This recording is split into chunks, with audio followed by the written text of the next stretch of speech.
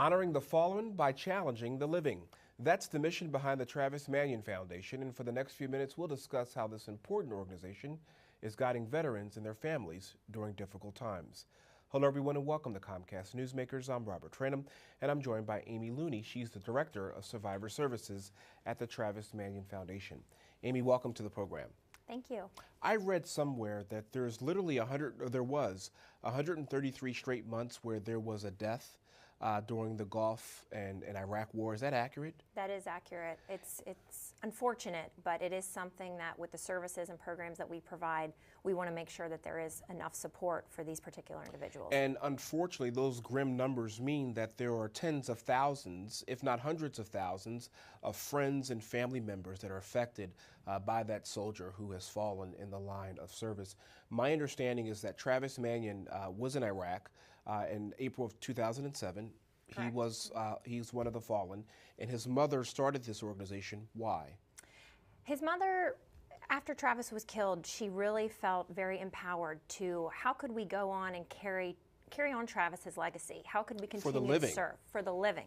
So her motto what we identify is honor the fallen by challenging the living. She wanted to carry on Travis's service even though he was no longer here.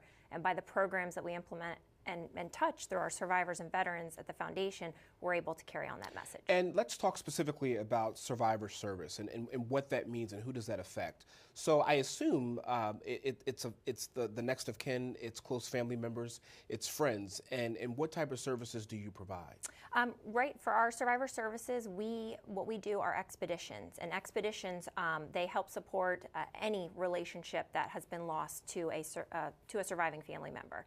So basically what we're doing is we're providing an opportunity for survivors to go out into the community and be able to carry on that legacy of their loved one, but doing it in a positive and empowering way where they're providing service to other individuals. Can you give us an example of that? I mean, I'm sure there's hundreds, if not thousands of examples. Absolutely. What are some? So for instance, this past July, we actually set up an expedition. It was our Survivor Summit. And this particular demographic is set to surviving spouses. So this is someone that was married to someone who was lost in the line of duty. We went and we actually challenged ourselves. We went and hiked Machu Picchu and did a community service project for the Peruvian children of one of the local underprivileged communities. And just I think what speaks to us more than anything is the impact that it has on our survivors. We're challenging them to go out and carry on something, whether it's physically challenging or a service opportunity, to carry that on in honor of their loved one. And what's interesting, Amy, when you say that, what I interpret that could be a building project, that could be impacting future leaders of America or perhaps future leaders around the world.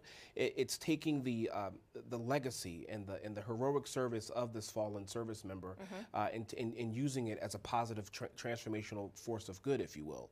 And is that the overall essence of what you're trying to do, is to plant a seed for future growth, if you will? Yes, absolutely. I think one of the biggest things that our survivors is we focus on empowering, and how does that new normal look? Losing a loved one is by far one of the most significant impacts that will ever take place on your life. Of course. And to be able to move forward and touch the lives of children, to touch the lives of others that need that type of service and that reminder, I just think many people forget what our military is out there doing. Amy, we have about 30 seconds left. Very quickly, for those out there who would like to know more information about the Travis Manion Foundation, how can they get more information? You can visit our website at www.travismanion.org.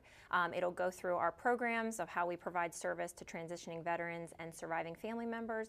And also, if you want to get involved with what we're doing, it's a great way to do that. Thank you very much. Keep up the great work. Thank you. And thank you for joining us for this edition of Comcast Newsmakers. I'm Robert Tranum. Have a great day, everybody. We'll see you next time. Bye-bye.